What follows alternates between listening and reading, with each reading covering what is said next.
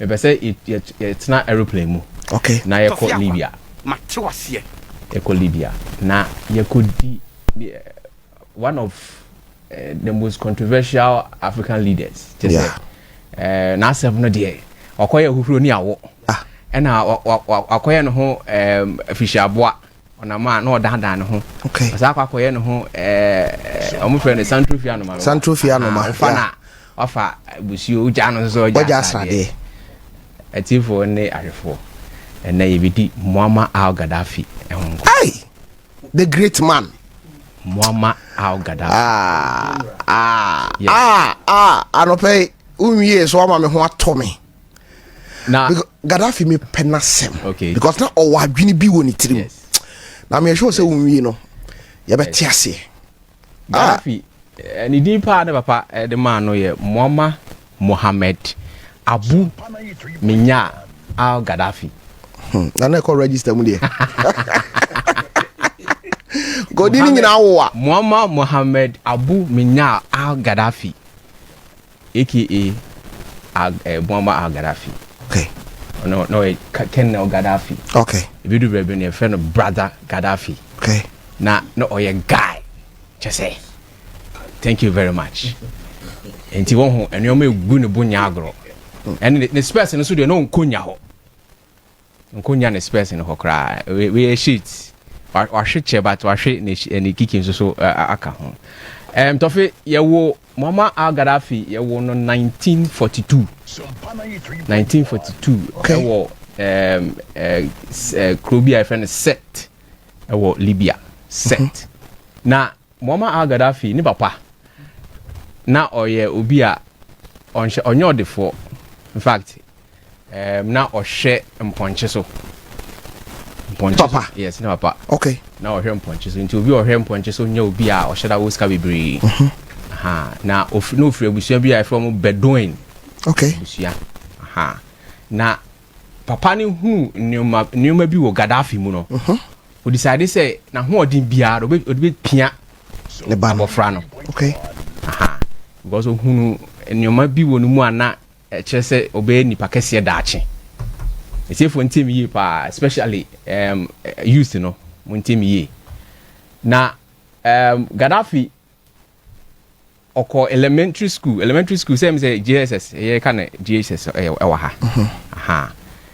Na omosere no because abusia na ofiri mu no na abusia ohia buburo de adokoro mpa enti na omosere no but na owo akoma owo akoma e de gina sanyo ma ya no e na owo vision no enisuade hunu bi enti de omo kan no na nya de wotie ne hianum nyina achi a ye twetwe no nya de wotie good onim ne elementary school no otimi 20 miles from set ho eco school na because a kwan no went in 20 miles ebe free accord etra be anwa kwanta o ena na Qaddafi enantico school na enam se kwan no one intino weekday no omo mosque bi ho a ho na order weekend no na wananti aba na busua ho abesra wo wow no sako sa no ye ya so say Okurua secondary school.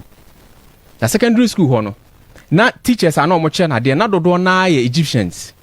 Okay. Enti na o access to Egyptian newspapers and na Egyptian radio. Okay. Ho no mo penasem because on say osua no na amanfo sere no amanfo huru no because of baby na ofiri no but oba secondary school no. Sena na ni adinsitie ene nioma na oye nti ema obenya nanfo bebre including teacher for no kra. Wow. Nti na wonya access to omo fie na ade. Na already papers no ehwe etie news no afi obepe that time Egyptian president and a friend Gamal Abdel Nasser. Obepe na sempa. Ne nioma bia na oye. Na kakra afi na ni beje military ho. Okay. Soja sem. Enti school cramp no otimi organize group bi na o ma ye demonstration. At that time na ohina na ye United Kingdom of Libya. Okay. Enti na ohina ne di omo so. Okay. Na friend King Idris the first. Sa papa no na Libya for no hu ni say wakoye puppet anase wakoye aboduaba bi a anadro ban bi a abrofo no yusu no e de be fa Libya for ejapade okay e de ko won krom okay ha nti omo ba no be defe na omo krokro na me he broni ma krom ye krom ha se kwawo eno a atapuku ka sembi o se o ha no ma ba se betunsu amamo betunsu amamo no mutunsu no anwea no ma sesa gu botom omo se ye de ko teste ya saase no ahwe se ene ye de ne ye pa okay but we nim de atachiri omo ko hwe se agudie wo mu a omo ko hwe se agudie wo mu a in fact abrofo no yehu ni se asom be boa yen so ekom pa na wo be hype pa ba mo ba ha ni nyina ye de no wo be pa free ha se ntia 1959 Libya discover oil. In fact, oil in bulk quantities na dosu pa. Libya. Okay. And it's na omani je eho. Once after Second World War, na Italians no ebegu Libya bebre. It's na omani sa ohini na ebo. It's Qaddafi at secondary school level. And who say nyoma ekoso nya papa. Libya ho. Libya ho. Okay. It's ultimate gada. No my demonstration etia ohini no. Okay. Na first secondary school mu Ekowura University okwakoye history. Also no baby I we say this is not the right place. Okay. Because the person me pe kwanya bi na metimi am make impact. I just say metimi ye bibi foforo. Enti onya futu bi say aden na onko military school. Okay. Because open military school na say bia obetimi because it was a monastery ahini de ye nto aba that be nti say papa no so nwu ya so ote so no okay nti na e wo say obe organize coup na obe coup so I say onya the backing of military no okay nti we decide say school no kwa no onko bi university no obejai nti wo call Royal Military Academy ewo Benghazi is also another town in my friend is Libya. Na okoye no okusua de in fact okọ sa school for no okoye na English abrofo na kire won ade. Omo de brofo na kire ade. Era no so because of sene na abrofo ni influence no na ewo mu man no so ni no ompe de na ekoso nti omo bibia ni ho na neje ho including omo kasa. It is ono betua brofo pa de da. Omusua Dafi no. Yes. But military school hono so no. Brofo no na ye de bibia. Enti so person okọ anim bia. I say brofo no obro ho ase na otua. And until we decided say okay fine, me pay ade bi into there. Ma mensua na memfa nya de me pay. And indeed osua ye no so no, he became one of the best at school ho. To the extent to cry and say omo de no call UK ekoto na addition so. Omo no call UK ekoto na addition so. And was back to Libya. Okay. Now our military school hono na organize nkrofo as usual because ono na dream punyi na say debi obey ku atia ohene no na ono no ababedi Libya mine so at age 28 September 1969 once we discover oil no 1959 10 years later September 1959 and Muammar Qaddafi to Ken Idris the first. Okay. When you were Papa no gin so much. Into a Turkey so called summer holidays. Summer holidays and then I almost take advantage. They all call there and you see actually. No me take Tripoli, the capital of Libya. No take ho. Gaddafi in Crawford. And now mine be D Gaddafi. Because now we feel say ohene no afa kwan bi so ama abrofo etwe omo ne ma de ko. Yes. Good. It's area and almost will be taking over. And indeed omo ye very successful. Okay. Na ku a ewo wiase ba ko a enhwe mu jangu esa ku no. Gaddafi de no. Omo enhwe mu jangu. And so omo ye very successful. Wow. And so say na oyo bi a na adwemu do. Bi a oye bia no na oye focused. What I say? It was a bloodless coup. And wow. So now you buy no. Oyo no ma discover no. Otimi at the prices or to me tonko in the international market in $1 billion in a year every year. Wow. $1 billion.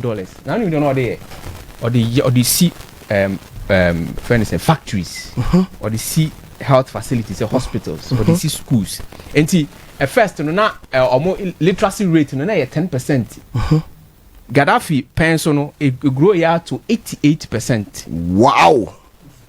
Yes. From 10%, you know, 10% do literacy 8 rate to plus 88%.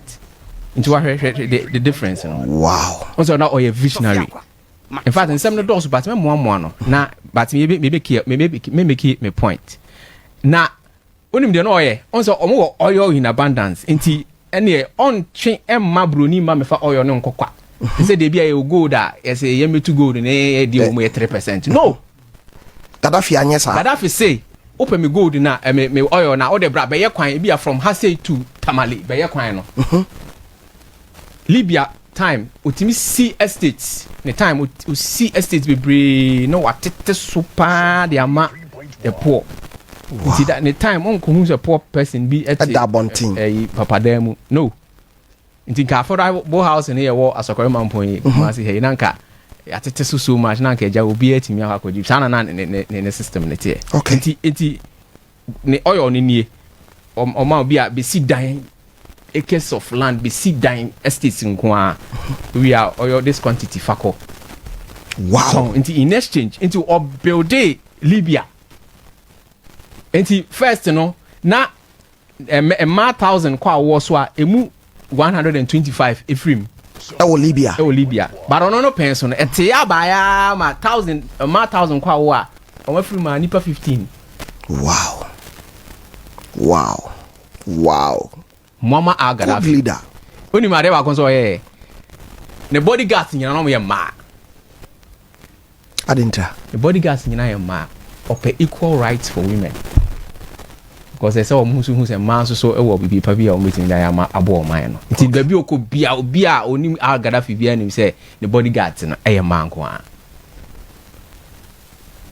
Nti the time na Libya enije wo ho. Libya na sika wo ho. Libya na ahoto ho. That is the good side of Muammar Gaddafi. Okay. Wow. Kamunya Gaddafi picture to so mami anka ebem de. Ima ho a me the pictures bia send o fa to so mami. Aha, good. Ba ku bia na man gina na chi no. Smartly dressed military women.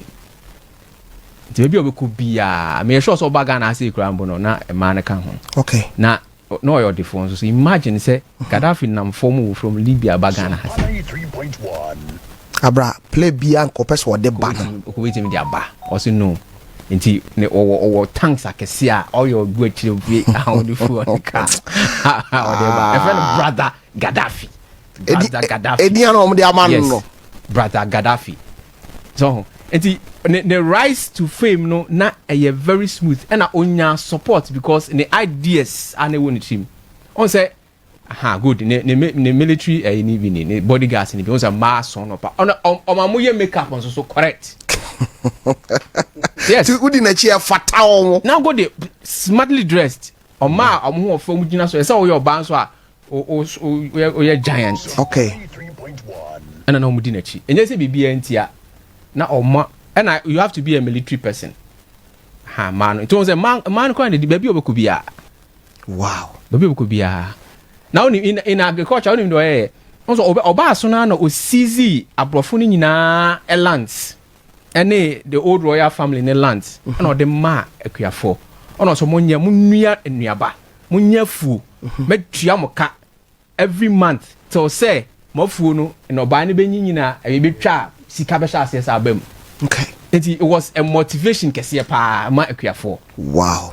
Me hu sa vision ni bi wo enya politics ni ye but me hu bi wo yewura kan mu. Good.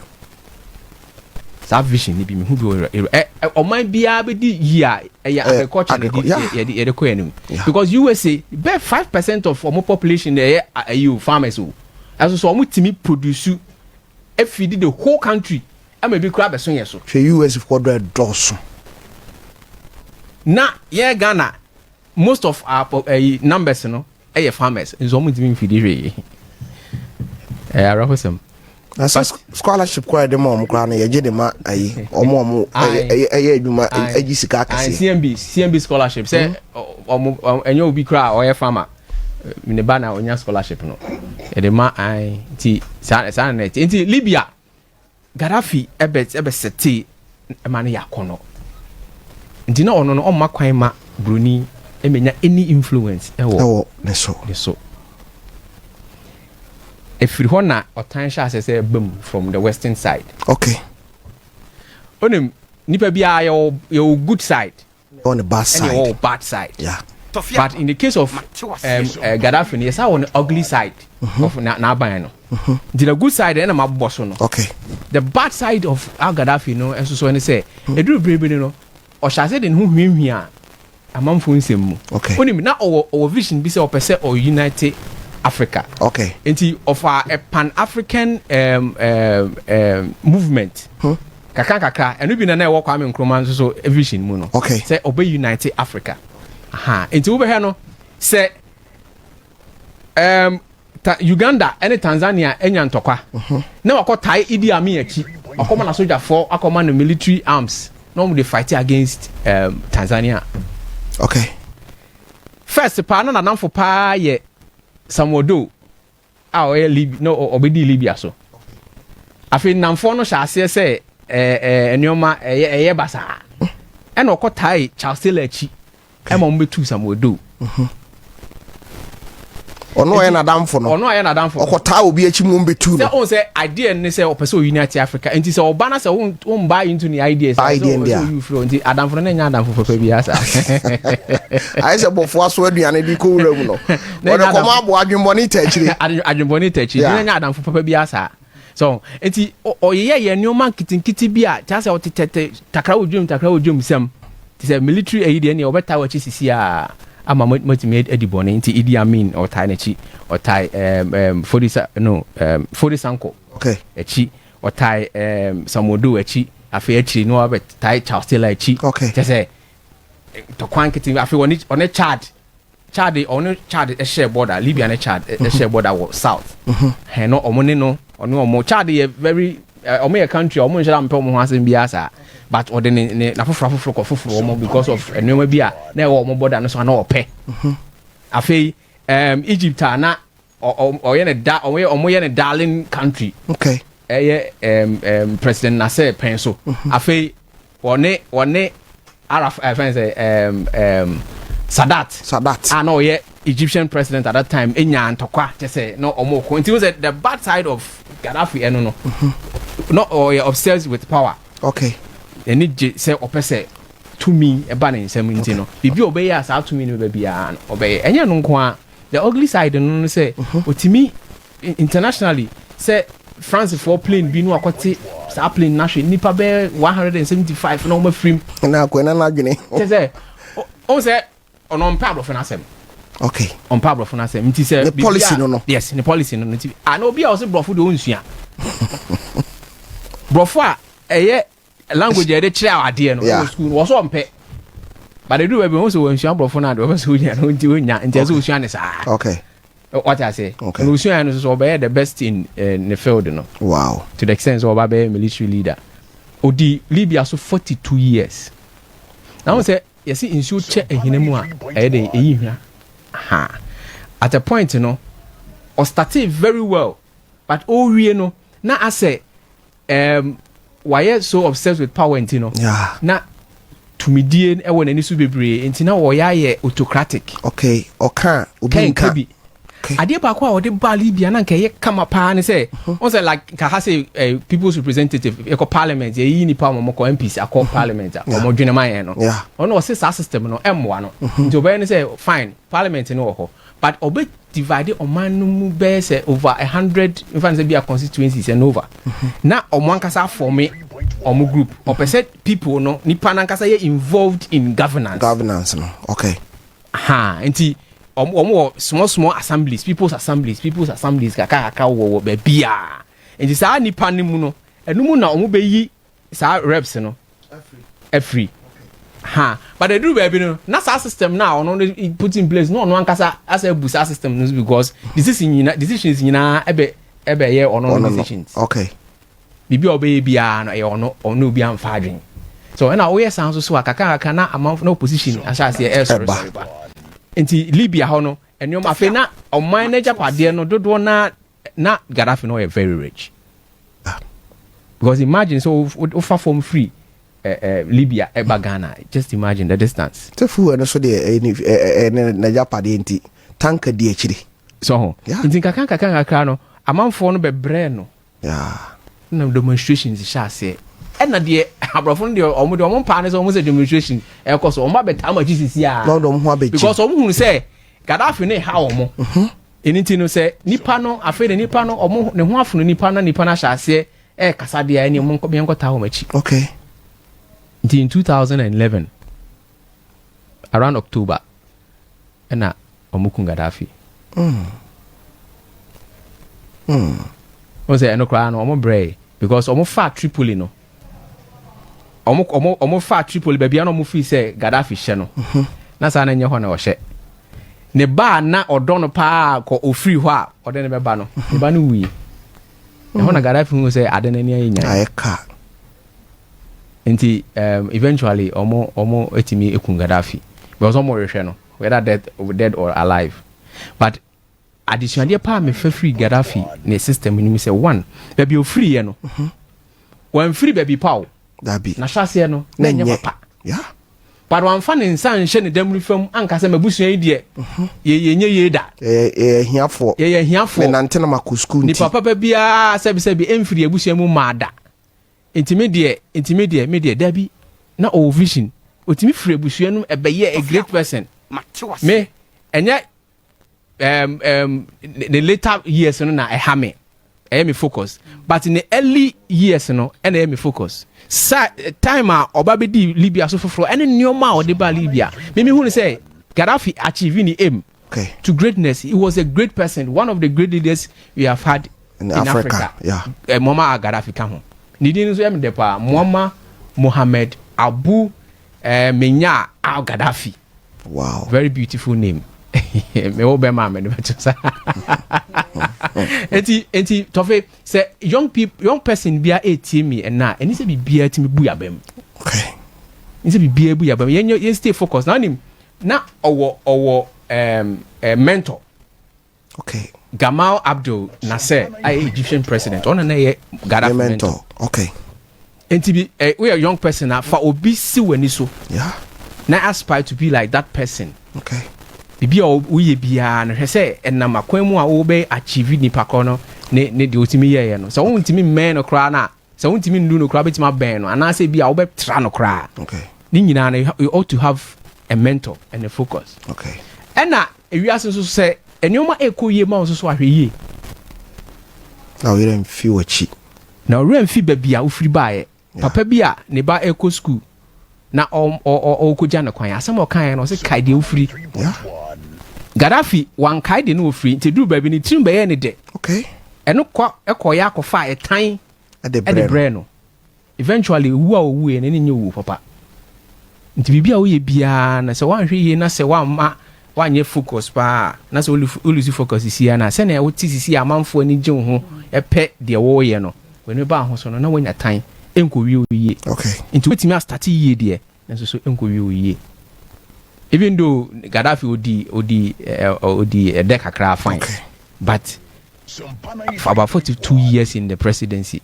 Okay, Ken Kabi presidency. Okay, no or de facto president. Okay, de facto president Okasa obi nkabi. Yes, a de facto president je say wo fa kwan paso ne ba betina akonya no. Okay, and wa organize events elections so ama ya anya for 42 years no. 42 years oti akonya no so. Nti ye won 1942 and ofiri mu 2011 brakwa me calculation mani hwe Gaddafi mfia wodi ye ansana ba kro no so do chichiri ni ye o chichiri Libya ye kona Libya fe na ofiri so na Libya enye te se enfusi ndada mu bi dabi entimi kopem bra wi asebese President Obama okase mi o say the invasion of Libya no say ebi anka ne ya anka onye nti no 69 years no free.